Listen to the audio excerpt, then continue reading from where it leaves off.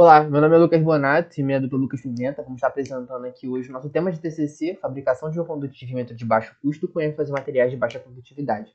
Nossos orientadores são a Isabela Florindo, professora do Latermo, e o Daniel Pereira, doutorando do Latermo. O inverno de 2023 foi um dos invernos mais quentes da história do nosso país.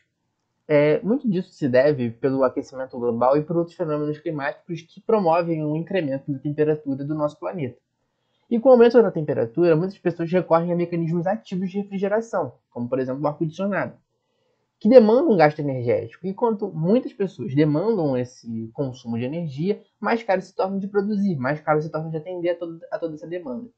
Diante disso, né, pesquisadores e engenheiros de forma geral planejam a utilização de materiais de menor condutividade térmica que promovam assim o maior conforto térmico à população nas construções civis, dentro das casas, de fábricas, enfim, diminuindo assim a demanda e o gasto energético dos ar-condicionados para a manutenção de uma temperatura ideal.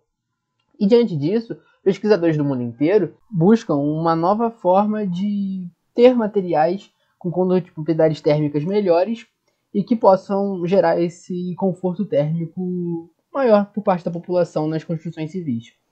Diante disso surgem os condutivímetros, que são equipamentos que medem a condutividade térmica, que conseguem extrair uma propriedade térmica dos materiais e que são de suma importância na pesquisa e projetos de engenharia. E como esse tema do contímetro chegou até a gente? Inicialmente, a gente já se interessava pela essa parte de termociência, nosso TCC já seria relacionado a isso. Porém, a gente ia precisar do uso de um condutivímetro. A faculdade já possui um condutivímetro comercial, porém, estava com alguns problemas técnicos. E o custo para a gente consertar esse condutivímetro era muito alto, o que acaba sendo inviável. Então, com isso, a gente conseguiu englobar dois aspectos principais da engenharia, né? A gente tinha um problema para resolver, a gente tinha um condutímetro que estava quebrado na universidade, que a gente precisava utilizar para outras pesquisas, e a gente tinha também um outro desafio que era o custo, né? Porque consertar esse condutímetro era inviável.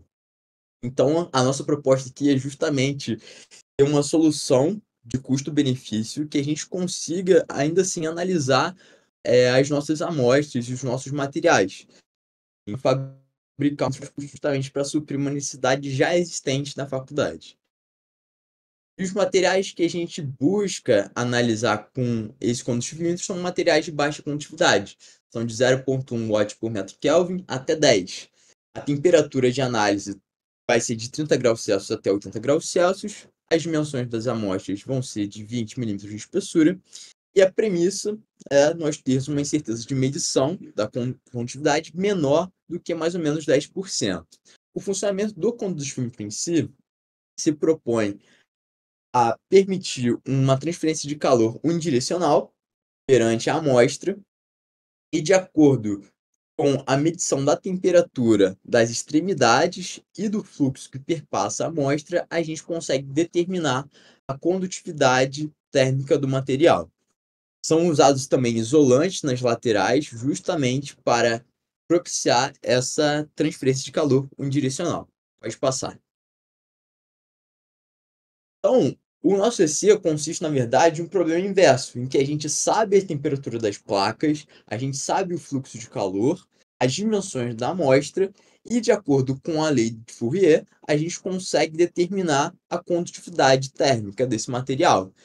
Se a gente for transformar a lei de Fourier, né, para uma forma unidirecional, a gente vai ter como variável ali o L, que seria a nossa espessura da amostra, e a variação de temperatura das extremidades dessa amostra. Medindo todos esses parâmetros, né, o fluxo de calor, as temperaturas e a espessura, a gente consegue determinar justamente a nossa condutividade térmica. Pode passar.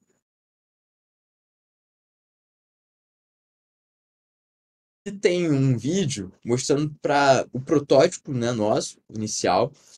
E o que é interessante a gente analisar é que a gente tem uma manta ali, né, justamente para prover o isolamento, e tem os componentes internos, né, que seriam as placas, né, esse tarugo superior ali, na vista explodida, seria a placa quente, o tarugo inferior ali é a placa fria, né? E aí, perante esse gradiente, a gente tem a nossa amostra, que seria esse componente do meio, e tem um fluxo o sensor de fluxo de calor, né? Que seria aquela plaquinha ali que vai estar entre a amostra e a placa quente.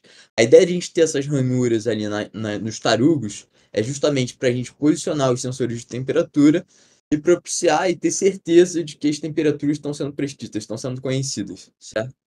Vamos falar então um pouquinho desses sensores de temperatura que a gente vai utilizar. A gente já comprou esses sensores de temperatura.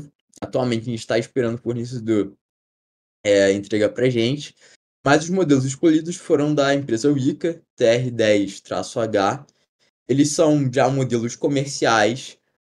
Então a classe deles é a classe AA. É uma classe que tem um limite de erro bem baixo em comparação às demais classes comerciais e também acaba não tendo um custo muito elevado em comparação a, a gente determinar uma incerteza esperada, né? Mas então a gente conseguiu economizar no custo já selecionando algo comercial dentre os sites da Wika, né? O certificado do Inmetro, que a gente vai providenciar também, ele vai ocorrer com a medição em 3 pontos de temperatura, que vão ser de 30 graus, 80 graus e 55. Por que a gente selecionou o uso do PT100, né? Porque esse modelo, ele usa platina, né, que é um material que ele é reativo de forma linear em comparação à temperatura e resistência. Então, à medida que a gente aumenta a nossa temperatura, a resistência no material ela vai aumentando também. Então, no geral, a gente consegue estimar e fazer uma conversão de forma bastante precisa da temperatura medida e da a resistência indicada pelo sensor. Então, de modo geral, esse foi o motivo de usar o PT100. É uma maior precisão. Os outros materiais a gente ainda está comprando. No geral, o sensor de fluxo de calor a gente também está pesquisando para ver se vai importar ou não. Aparentemente vai ser o componente mais caro do nosso projeto, mas ao decorrer do tempo a gente já está adquirindo, já está montando o nosso combustível.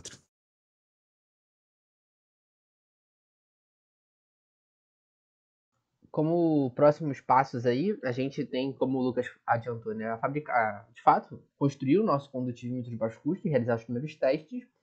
E tendo esses testes positivos, a gente pensa em também fazer algo da linha computacional, enfim, testando o nosso método usando um método matemático numérico em computador, em software de computador, ou até mesmo usando algum software de simulação como ANSYS, enfim, para conseguir chegar nos mesmos valores.